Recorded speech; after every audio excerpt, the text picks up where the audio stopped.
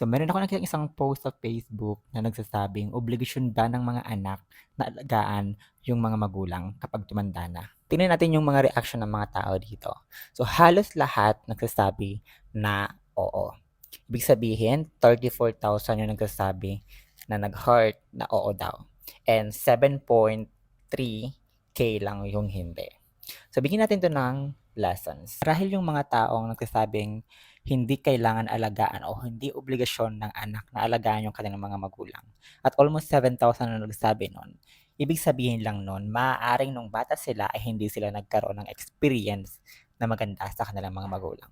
May mga anak talaga na ayaw nilang alagaan nila yung mga magulang nila base sa kung ano yung na-experience nila nung bata pa sila. Maaaring iniwan sila ng kanilang mga magulang o kaya naman is hindi sila inalagaan ng maayos nung bata pa sila. Ayun lang naman yung mga possible reason kung bakit nasasabi ng 7,300 na tao na hindi nila kayang alagaan ang kanilang mga magulang. So, punta tayo doon sa 34,000 almost na nagsasabing obligasyon ng anak na alagaan yung kanilang mga magulang kapag nagtanda na ito. So, yes. Ang answer talaga dito is definitely yes. Sila yung mga anak na nagkaroon ng experience na maganda sa kanilang mga magulang. Yung tipong inalagaan sila mula bata hanggang ngayon. Yung tipong andyan yung presensya ng magulang kahit na anong manghirap ang nararanasan nila. So para sa akin, isa rin itong pasasalamat natin sa mga magulang natin. Kasi inalagaan nila tayo nung mga bata pa tayo. So yung tipong ibabalik natin yung sakripisyo nila. Kasi nga naman hindi na nila kaya.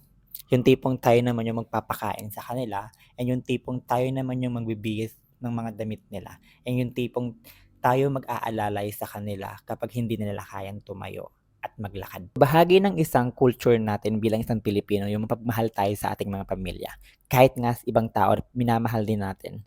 So, ibig sabihin, hindi malayong mamahalin din natin ang mga magulang natin kapag nagtanda ito. Kasi nga, bahagi ito ng ating culture. So, ayan lang yung mga reason na pwedeng sabihin natin kung bakit obligasyon ng mga anak na alagaan natin yung mga magulang natin. Kapag nagtanda na sila, syempre, walang mag-aalaga sa kanilang iba, kundi tayong mga anak at hindi kung sino pa man. So, thank you. Sana all.